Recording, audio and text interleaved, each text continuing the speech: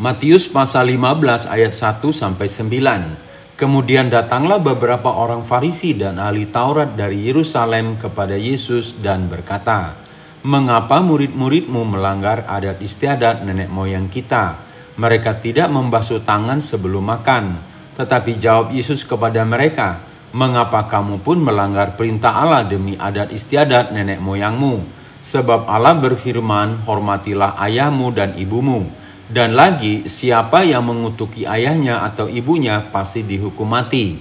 Tetapi kamu berkata, barang siapa berkata kepada bapanya atau kepada ibunya, apa yang ada padaku yang dapat digunakan untuk pemeliharaanmu, sudah digunakan untuk persembahan kepada Allah. Orang itu tidak wajib lagi menghormati bapanya atau ibunya. Dengan demikian firman Allah kamu nyatakan tidak berlaku demi adat istiadatmu sendiri. Hai orang-orang munafik, benarlah nubuat Yesaya tentang kamu. Bangsa ini memuliakan aku dengan bibirnya, padahal hatinya jauh daripadaku. Percuma mereka beribadah kepadaku, sedangkan ajaran yang mereka ajarkan ialah perintah manusia." Baca juga Mazmur pasal 73. Hati yang jauh dari Allah bagian kedua. Saudara-saudara, teguran yang sangat konsisten. Percuma mereka beribadah kepadaku. Konsekuensi dari hati yang seperti itu sangatlah serius. Di mana hati jauh dari Allah, tidak ada penyembahan yang sejati. Apapun yang dilakukan mengatasnamakan ibadah dan penyembahan, Allah tidak menerimanya.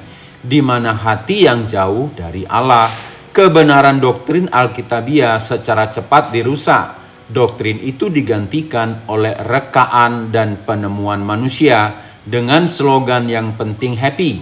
Namun Tuhan Yesus dengan tegas mengatakan, percuma mereka beribadah kepadaku, sedangkan ajaran yang mereka ajarkan ialah perintah manusia.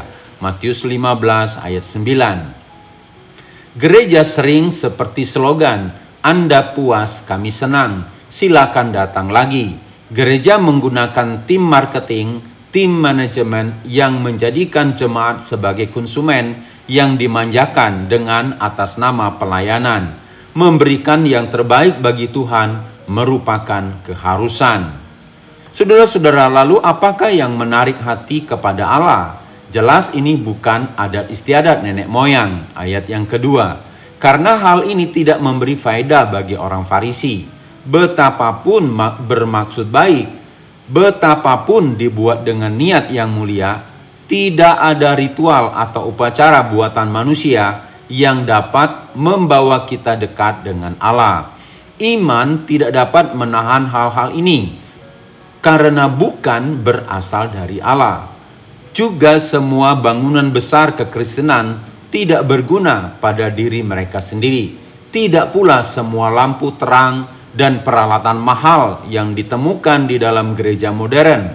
Ya, dalam sebuah gedung gereja yang megah, mata dapat tertuju ke langit-langit, tetapi apakah hati tertarik kepada Allah?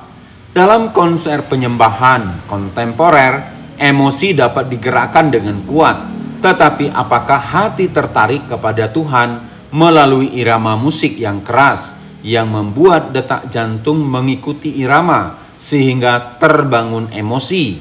Bukan itu yang hati kita tuju kepada Allah. Lalu apakah yang dapat menarik hati kita kepada Allah? Jawabannya adalah firman-Nya dan Roh-Nya yang kudus. Saudara-saudara yang terkasih, ketahuilah bahwa di mana tidak ada pemberitaan dan pengajaran firman Allah yang benar dan setia tekun di dalamnya, dan tidak ada doa yang sungguh-sungguh untuk Roh-Nya, hati tidak dapat benar-benar diberkati oleh Allah.